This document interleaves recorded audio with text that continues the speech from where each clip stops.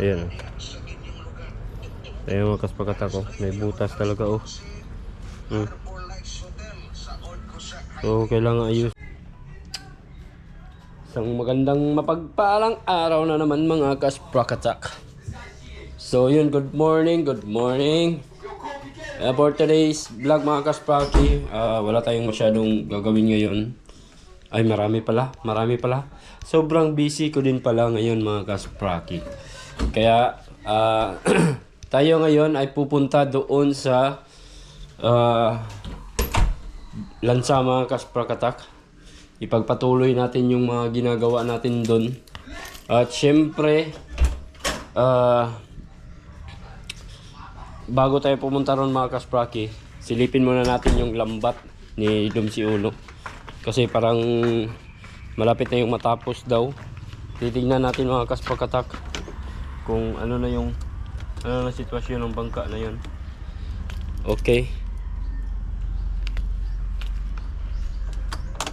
Yun. Alright. Lagay lang natin to dito. At nandito yung extra battery natin mga kaspakatak para hindi tayo malubat. Kasi kailangan nating sumabay sa pagbablog ng ating mga challenger sa August challenge. August challenge natin, pa-challenge mga kaspakatak. Alam niyo naman kung sino-sino sila. So uulitin ko ulit, shout out sa mga kasali sa challenge ngayon. Olinria TV, Kahaw Official, Kabords Jason, Nanay Biang Gulay, sino pa? Paditubal, at si Bidogs Official. Ayun, sila mga kaspakatak. Dapat suportahan natin silang lahat, no, para makamit nila or makuha nila yung mataas na revenue at makapagsahod sila ng maganda-ganda ngayong buwan ng August. At syempre, huwag niyo rin akong kalimutang suportahan mga kaspraki dahil alam niyo na, kailangan din nating tumaas yung revenue natin, kaya gumagawa tayo ng vlog araw-araw para hindi naman tayo ma-behind or maiwan sa grupo or sa batch na to mga kaspakatak. Kaya makipagsabayan ako sa kanila. Titingnan ko din yung revenue ko mga kaspaki, kung tataas ba or kung bababa ba sa nakuha ko noong July. Ayan, sipag lang tayo mga kaspakatak para naman matugunan natin yung ating mga pangangailangan araw-araw.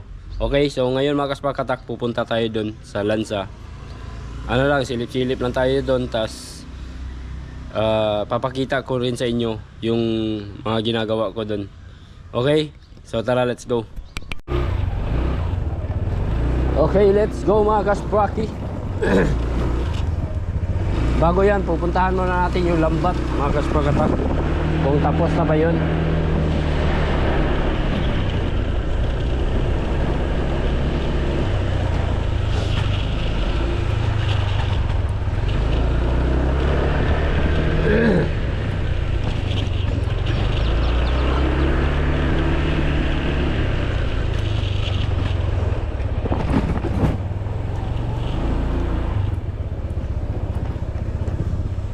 Lah, bayad sa kurinti na ito labi.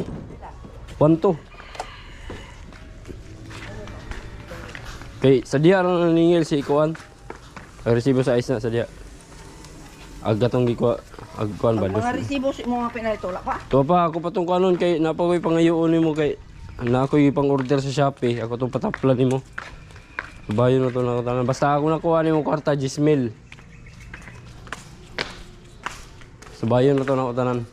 Tagay sa ko'y bayad sa kurinti kay sa diya na nangingil si Kuan.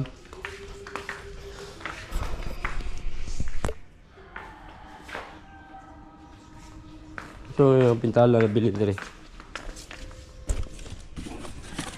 Hindi na diya o blue na bilin. Blue. O anti-pulling. Man naman siguro anti-pulling. Hurot naman na guys. Sobra na ni.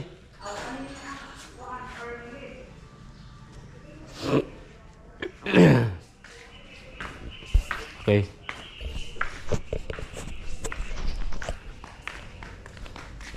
So So ayan mga kaspakatak. Dami lagi kayo mo gisuba sa karne-karne man. Yung karne man lagi mo gaw. Ay, Domingo tayo ron, no? Ha? Ha? Masarap yung nagkaulibag yung karing. Patay bukpet o karang na.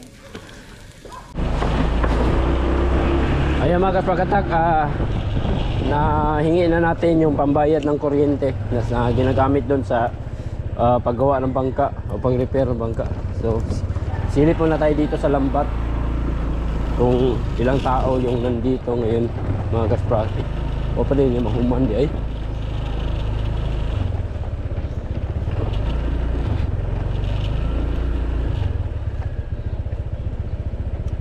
Si Ningning dito, Nyor? Ato bakungan. Nya asa man ako niyatag ning kwarta? Nimo? La, patay ka. Ako turod chatan. Oh, Jatan mo gano. ako turod chatan lo nya nani mo.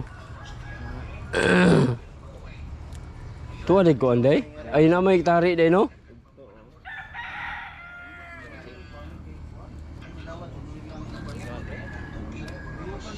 Wa pa din ni mahuman. Pero wala pa gitapot ng sa ulin ani. Wala pa. Dito raw na itapot no.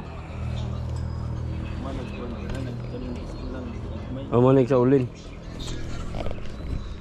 Yung mga kaspakatak, wala pa gyud ay nahuman itong lambat oh. Puspusan pa sa pag tahi. Mga butas-butas ay yung gitahi. Aming buti mo sinablay oh. Aka na. Uy, dugana pa mo kaini. Dami pa ito. Okay na mo konre oh. Sobrang dami. Dami pang mga butit. Marami pang ginagawa para sila mga kaspakatak oh. Kani mga gisi din gisablay diri murag kuan. Yung maliit na butas, lumalaki. Ayun mga kaspaki, tingnan natin yung mga butas-butas sa lambat ba, mga punit-punit mga kaspaki.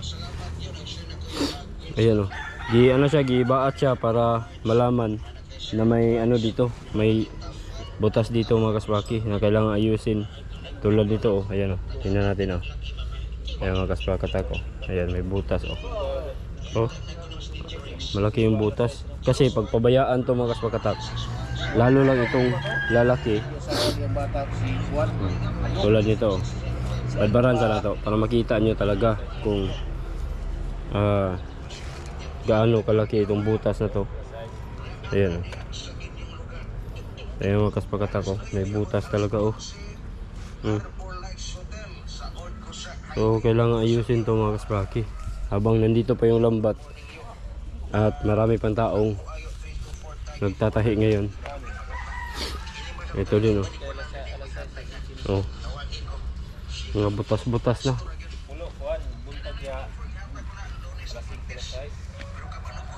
Ayan oh.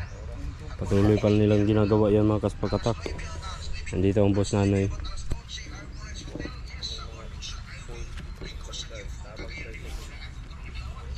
Ito din oh.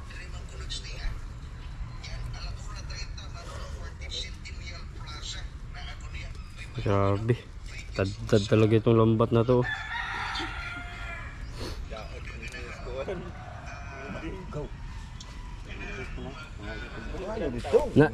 Gapan napalit na nagpukot na eh. Na pila? Pila? Sinmil? Jauh na rin 50. Tuko ulit galing na ipos-pukot. Tugdos min ang paldo. Dagana na ito. 60 ka paldo. Agsa kuan kamalig wala ra mapil. Wala. Oh, lucky po dai.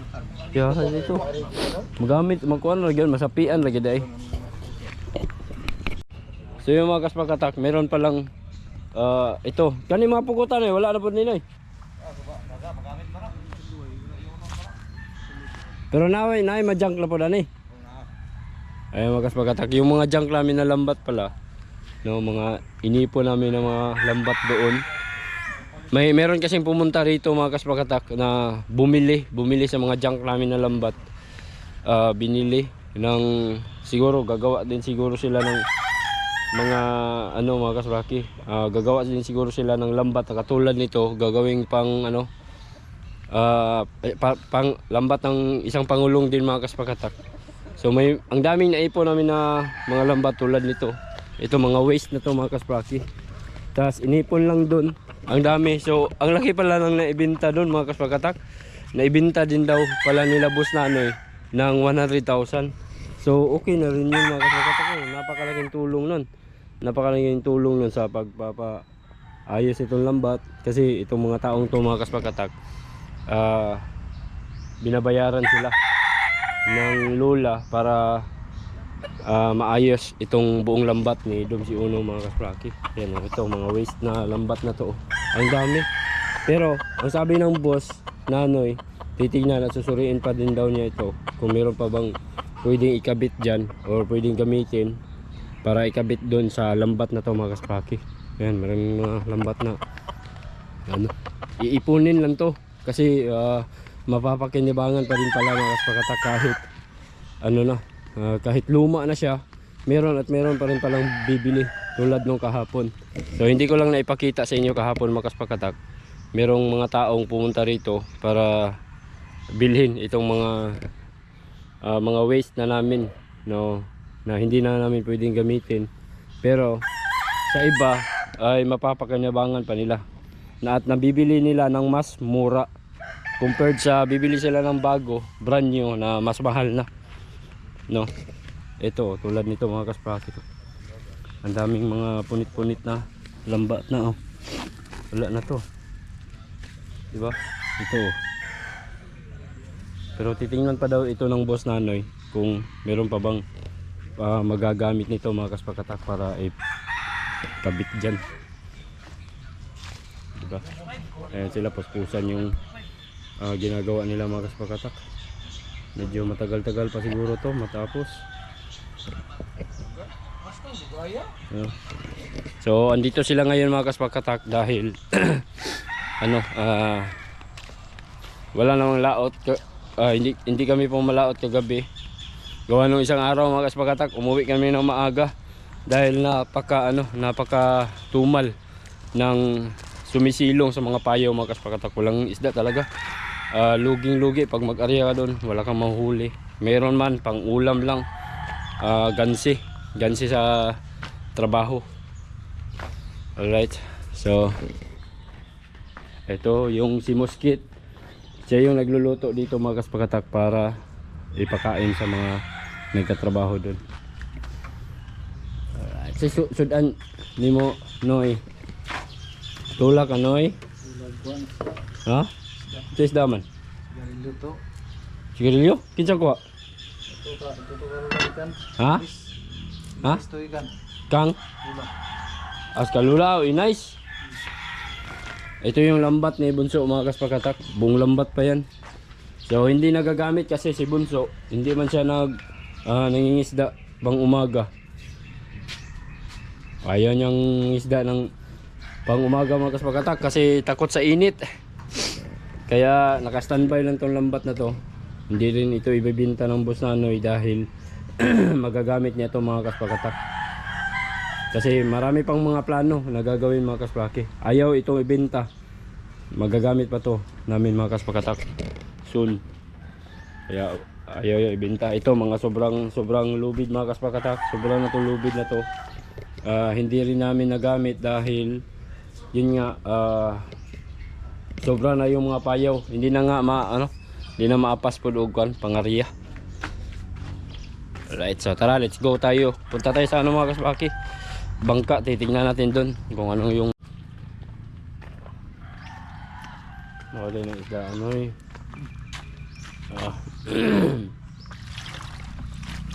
di nalabas. Di na presko mga kaspakatak, isda galing sa freezer ni Kilalula. So yun, malaking tulong pa yun para sa mga tropa dito na nagtatrabaho mga kaspakatak. Kasi naman bibili pa ng isda sa merkado or kahit ano pang bilhin na pwedeng iulam. Malaking tulong na yung isda na stock galing sa ref or freezer. Okay, tara, let's cellphone. So yun mga kaswakatak, nandito na tayo sa pagre-repair ng lansa ni Domsi Uno.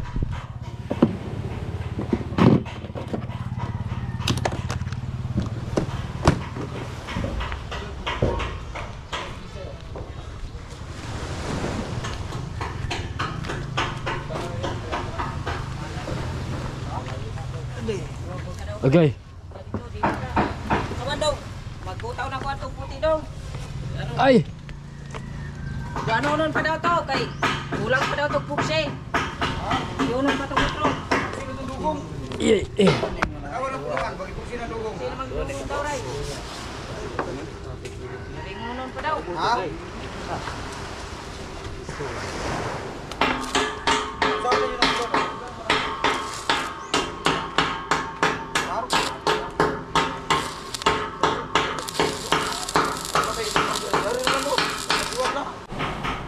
So yan mga kaspakatak, nandito na tayo sa loob ng kamarote. Ayan, nagkalat pa yung mga gamit natin dito mga kaswakit.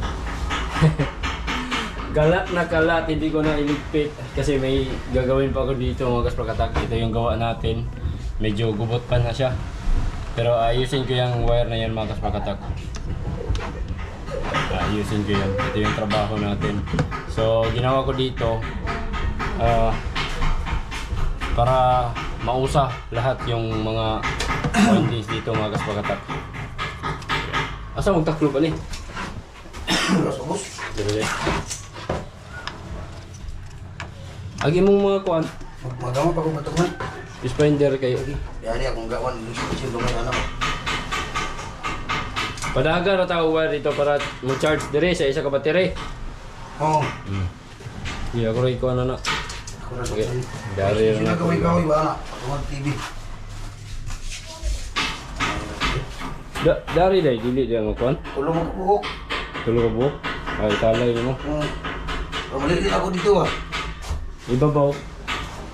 Ha? Tawag ako artal. Altar dia. Bago na artal no? Okay. Ako artal.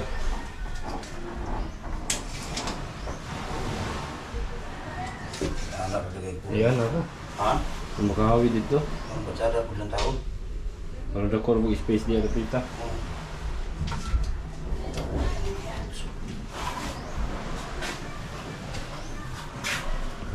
Dahil na rin pahawid ng mga ano kan sa radyo ugon.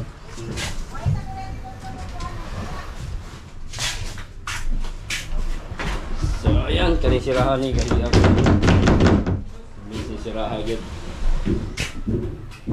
So yun si Boss Jojo mga kaspakatak, siya yung kapitan dito sa lansa. So siya yung pangulo ng bangka na ito mga kaspakatak.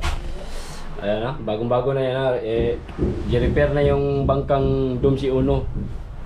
Ayan, maganda na siya mga kaspakatak. At medyo malawak na yung ano niya, yung kamarote, dako na. So ito na yung bagong wirings niya mga kaspaki. Ginamitan natin ng ito mga switch. Meron na siyang voltmeter, charger ng mga cellphones na pwedeng makapag-charge ng mga tao. No, hindi na sila malubat doon sa laot mga kaspakatak sakaling matagalan silang magpunta ron sa ano or dadayo sila sa ibang lugar.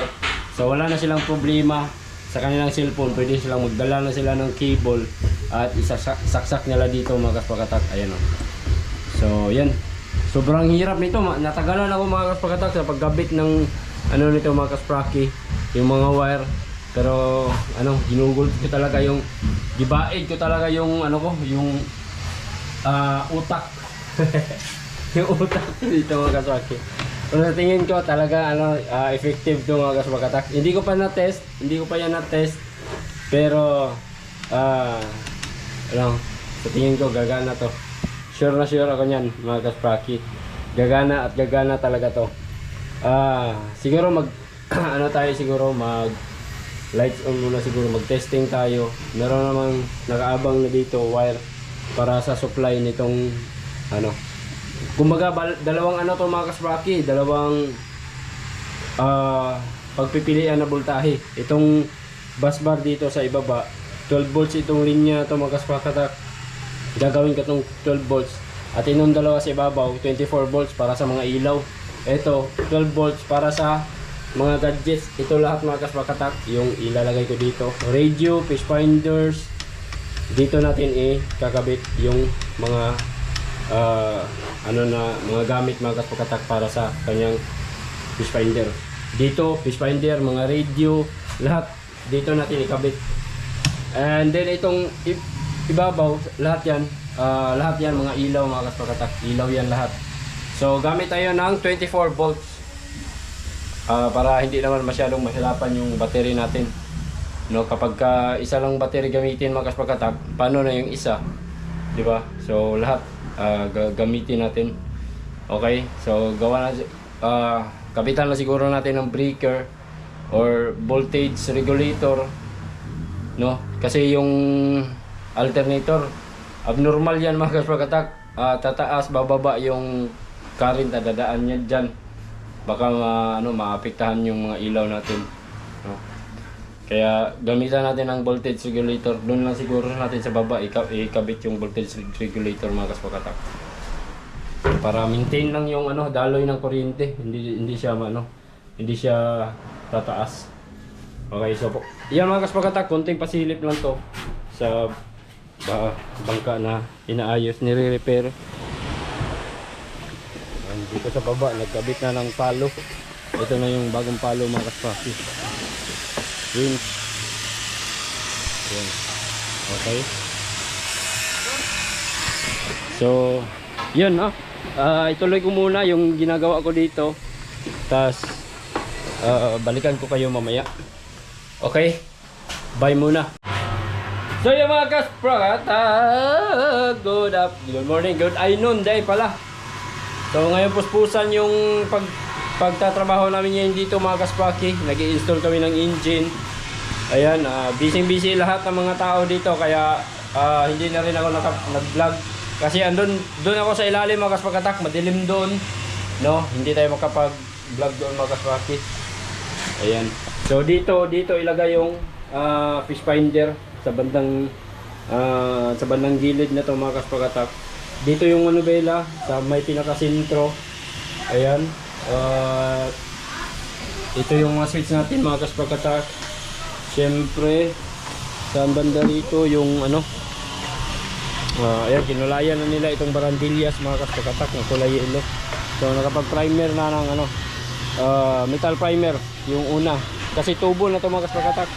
At siyempre ginamit lang yung mga lumang tubo mga kaspaki para hindi na bumili. Maayos pa naman. Ayan, matibay na to. Sobrang tibay. Alright. So yan may kulay na rin dito. Ayan yung kamaruti mga kaspaki. Okay. At dito may tubo na mga kaspakatak dyan yung palo. Okay na. Galing no? Ang ganda. Maayos na si Uno mga kaspakatak. Na-repair namin ng maayos. Kasi inayos yung kanyang dulong, inayos yung kamarote, binago yung kamarote, medyo pinalaki konti. Ayan, ito yung manubila, dito yan ilagay mga kaspakatak. Ayan. Ayan. Or sa ilalim siguro to, sa ilalim banda ito mga kaspakatak. Titignan lang namin. Okay? So, antayin na lang yung pagtapos ito mga kaspaki. Okay mga kaspaki, so yun lang mga kaspakatak. Ito lang yung update natin ngayong araw na to para sa repaired boat. Ayan mga kaspakatak, ito na yung windings natin. Ayan, naglagay tayo ng breaker dito.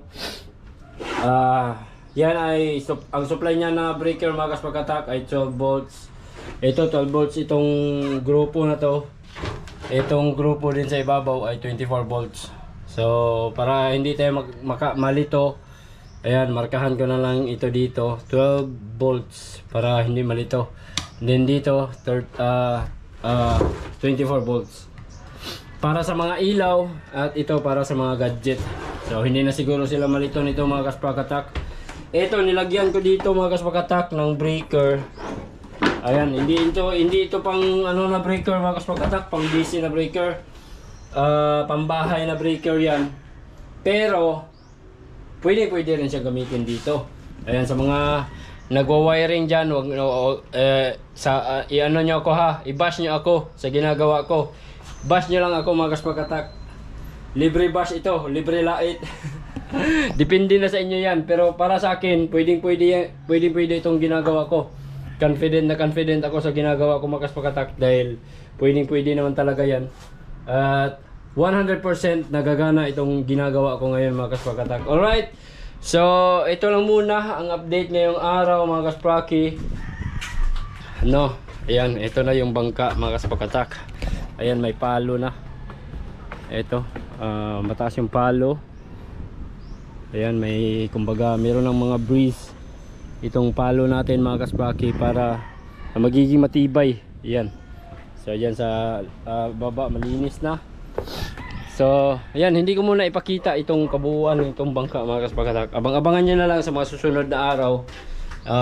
Konting pasilip lang naman to para may upload lang ako sa inyo. May ipakita lang ako sa inyo mga kaspakatak.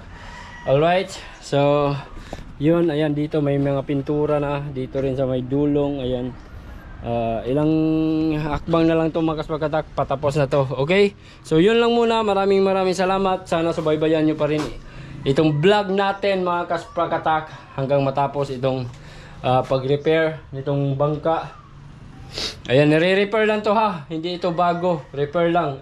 Pinalitan ng kamarote, tapos yung mga wire na syempre palit ng kamarote mga kaspakatak. Kailangan bago yung mga wire natin kasi binaklas yung luma. At itong lansa pinaangat dito, hindi ko lang na-i-vlog sa inyo, hindi ko lang naipakita sa inyo mga kaspakatak. Gawa nung